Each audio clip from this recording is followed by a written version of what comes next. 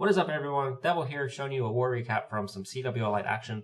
We got Coastal Clash up against Heavy Hitters 2. Coastal coming out on top 71-70. Let's go ahead and take a look and see what happened.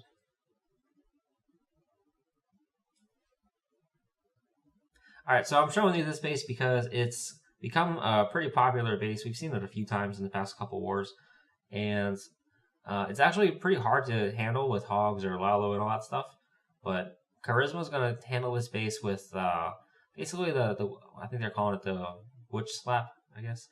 But basically just witches, healers, and the funnel, and then bowlers to go up the core. And it looks a whole lot easier than any other way. But basically he's going to jump the bowlers into the core and heal them up as they hit that giant bomb in the center. And the witches are really just doing a great job at funneling all these troops, keeping all these troops inside the base. And the healers are still doing their job. And the 6 o'clock portion of the base doesn't have a whole lot of DPS, so the witches start to become more and more effective. The Teslas could cause a problem, but probably not with all the skeletons. And the bomb tower, but the witches aren't even near the bomb tower, so. We actually ran this base on both sides of the war, which was kind of funny. So before we hit this base, we just looked at their attack on us first. Which was a little funny, but there it is. 3 stars from Charisma. Alright, here is Crown Fit hitting this base with gobolalo, I guess. Alright, so he's going to do 1 balloon just to try and take care of that mortar. And then basically he's going to charge a golem and his heroes, and I think some bowlers into this compartment right here.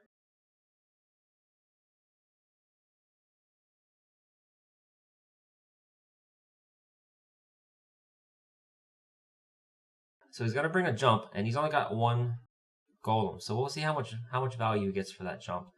And his kill squad handles the clan castle and the queen, so the big threat is gone. And it looks like he probably shouldn't have brought the jump, because he didn't quite get in that far. But the pathing on the lalo is going to be really easy at this point, because the shape of the base is a giant L. So he's going to go in towards 1 sweeper. There's really no choice. You got to go in towards 1 sweeper like this. But he's got the haste, so it's not a big deal. And there's not that much DPS, I don't think. So despite the jump, it's all in all a really good attack. So good job, Crown Fit.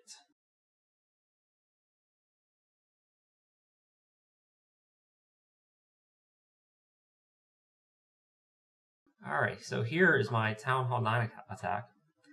And I am going to bring back the old strat, good old hphb. hphb, I think. Yes. The Peck of Variety. So basically I'm going to start off with the Queen Walk. That's just going to get some extended value, because it's not going to take a rage or an ability. The Queen can make it through these towers on her own. Also helps to build the funnel. On the other side of the funnel, there's going to be a baby dragon and a wizard. So at this point, the funnel is huge. It should not be an issue. And everything is looking really good in terms of timing. Now, normally I try to hold the bowlers until that first wall is open. But it's been a while since I've done one of these strats. And then my jump goes down, and it looks like I missed that first wall, because you're going to see a bunch of my troops just decide to walk around. That jump had absolutely no value. So the bulk of my kill squad goes around. The queen stays in the core to handle the clan castle. And look at the split on the healers. I really wish I could say I planned that, but there's no way. You can't plan that. I had 2 healers stay on the queen, and 2 healers go around with the P.E.K.K.A. and the breaker, or the bowlers. So this is really not bad. As long as, like when this is going on, as long as I don't panic, I should be fine. If anything, it might even be a good thing that this went down like this. So the bowlers are going to make their way around. The queen ability is going to happen right about now. So given enough time, the P.E.K.K.A.s and the bowlers will get down to that Tesla farm. So that's going to be a huge amount of DPS the hogs don't have to go through. So at this point, I'm looking at that cannon square in the middle of the base. And here comes some hogs any moment. Going right for that cannon, because that's something the other troops won't be able to get.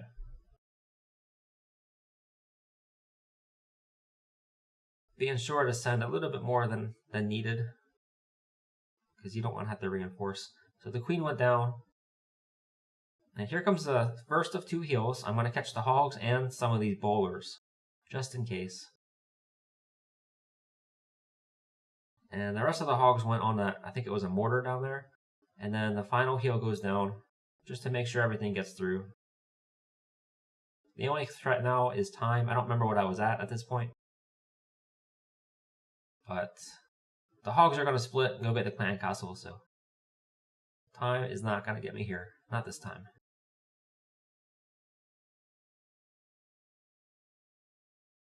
So now we got Camel hitting number 21.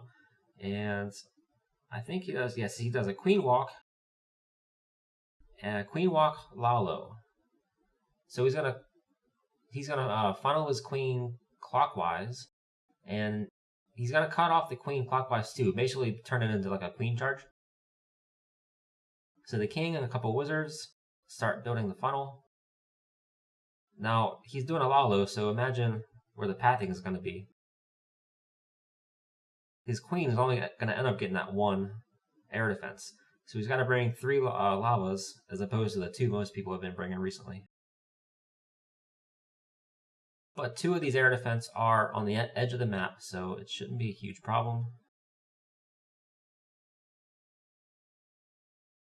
I guess the only issue really is that sweeper. So the first air defense down. The queen's still alive. That's a big deal. And everything is getting tanked really well by those the lavas too.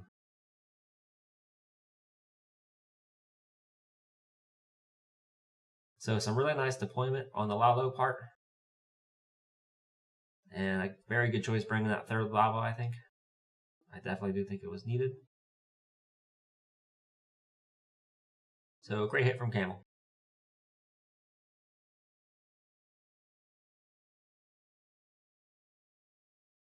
This is Raindrop attacking China. I guess that's how you say that.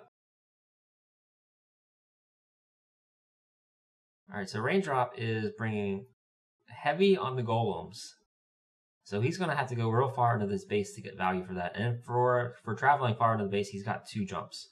So he's definitely got plans to go far. So 2 of these bowlers are down, or not bowlers, golems are down. There goes the 3rd golem. And the wizards have funneled everything on the south side. The queen pretty much funneled herself around. In go the king and the bowlers behind him. And what a great funnel. There's nowhere to go. Good job getting the jump down before that Tesla goes down. And then he's going to use a balloon to pull out the baby dragon. And that's just because he doesn't want to pull out the air stuff. This way he can attack. He's got 13 balloons in the bag as well. And no lava, so he's going to haste his way in towards this air defense solo. So a risky strat, but it pays off because the back end has got almost nothing in terms of air targeting defense. There's 2 wizard towers and an archer tower. But that's not going to do anything, especially with all these ground units still up. And even a baby dragon to help clean up. This was an awesome attack. I really like this one. So a great entry from Raindrop. And some good back-end balloons.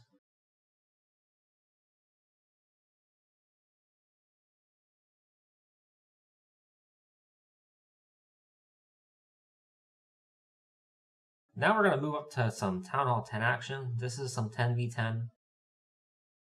And I like what General Viola does here. Bring in some Valkyrie. You don't really see Valkyrie a whole lot at 10. I know myself, I used to use Valks, and I got a good chance to compare them to bowlers in a recent video I did. And I was pretty confident that bowlers are always better. But in this case, General Viola shows us that that's not really true. So what he's going to do, he's going to open up this wall right where that golem is, and he's going to jump towards the Inferno Tower.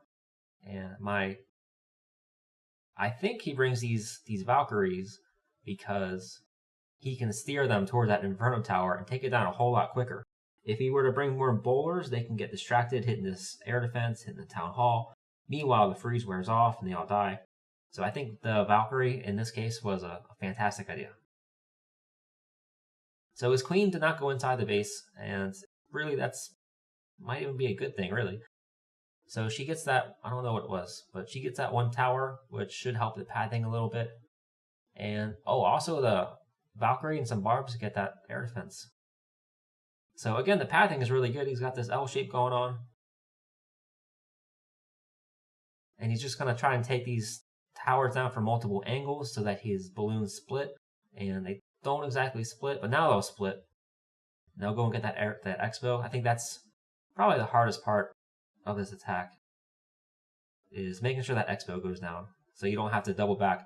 And then also with the expo getting targeted, the balloons are going to target the Inferno Tower like that. So these are like some small things you need to consider when you're deciding where to put the balloons, like exactly what tile to put the balloons at. I would say go a little bit heavier on the front end. This way you got to cut them off and push them in towards the center. This way they'll get the high value targets. So it looks like he's got his queen ability still and some minions for the cleanup. So let's see, how much trouble is this for the queen to get? There's 4 towers. That's an awful lot. 3 towers, 2.